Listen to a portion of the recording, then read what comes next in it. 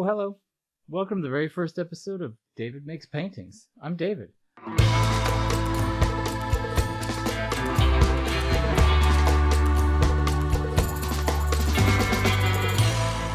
Also known as A Kurtz, Throttle Chops, Monoram, Kurtzy, that guy who used to own a van in Denver once. Anyway, if you're interested in some of my work aside from what you see here, check out dakurtz.com or davidmakespaintings.com. I'll drop some links down below. So I wanted to do something special for the very first episode of David Makes Paintings, and while I had a lot of ideas, there was one that continued to haunt me for some time. Like when you have an itch in your dream, but you can't quite scratch it because, well, you're dreaming. Anyway, I think I'm finally brave enough to try it out. A few years ago, I was traveling through Europe, and I spent several nights in a city there called Budapest.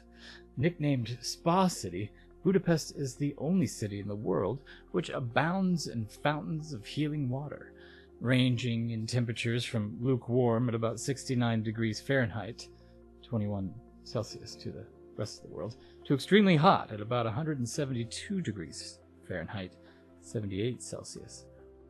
The thermal waters spring forth every day from 118 natural thermal locations throughout the city.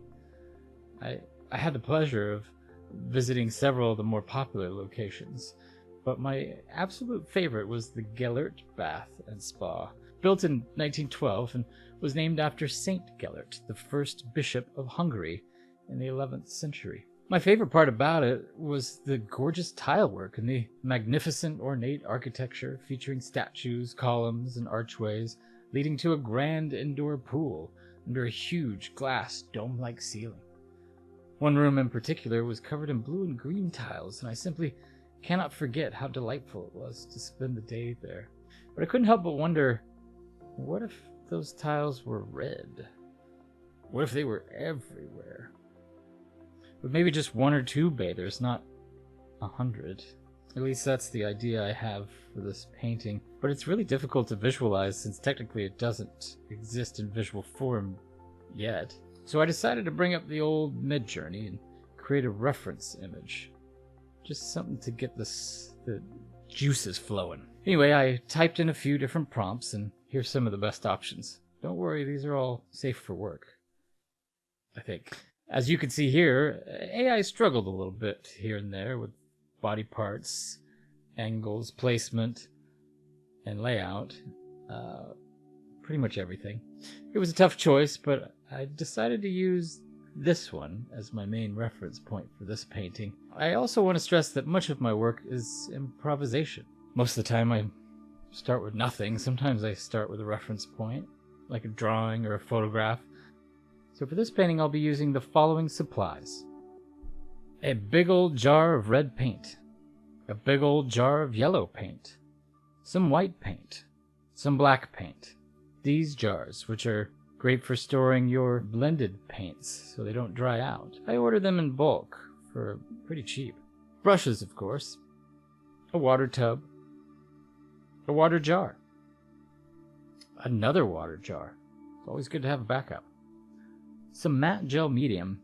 Here's a little secret to save you some money on gel medium. If you just want a matte or glossy finish, go with Mod Podge. It's much cheaper and pretty much does the same thing, especially for flat painting, which is what I'll be creating today. Some microns. Yes, micron pens. I like size 8, but a 10 or a 12 would work just as well. It's a personal choice and a private one between you and your canvas. Speaking of which, you will also need a canvas, primed for acrylic, since we are painting with acrylics. I'll post another video at a later date on how to prime your canvas. I have some tips on that, tips that certain folks don't want you to know about in the industry. Yellow duct tape. Yes, yellow. It has to be yellow. Stick around to the end to find out what it's for. And finally, some really good scotch. Let's have a little taste, have a little sippy. All right, so I know what you're thinking. On with the painting. Here we go. Oops, here we go. All gone.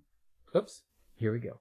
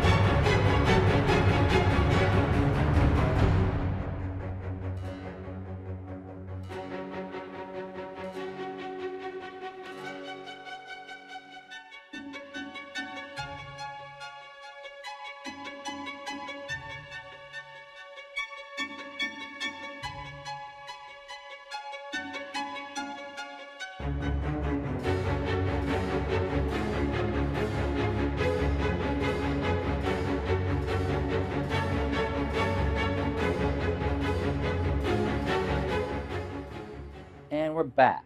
As you can see, here is the final piece, which maybe, hopefully, we can sell to a deserving and, might I add, super lucky individual or collector that wants to buy a one-of-a-kind 4x6 foot Budapest bathhouse-inspired flat narrative expressionist acrylic painting on canvas.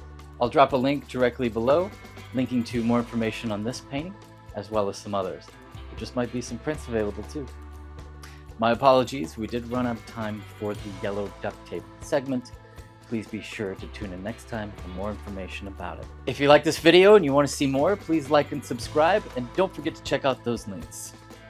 Remember, David makes paintings, and you can too.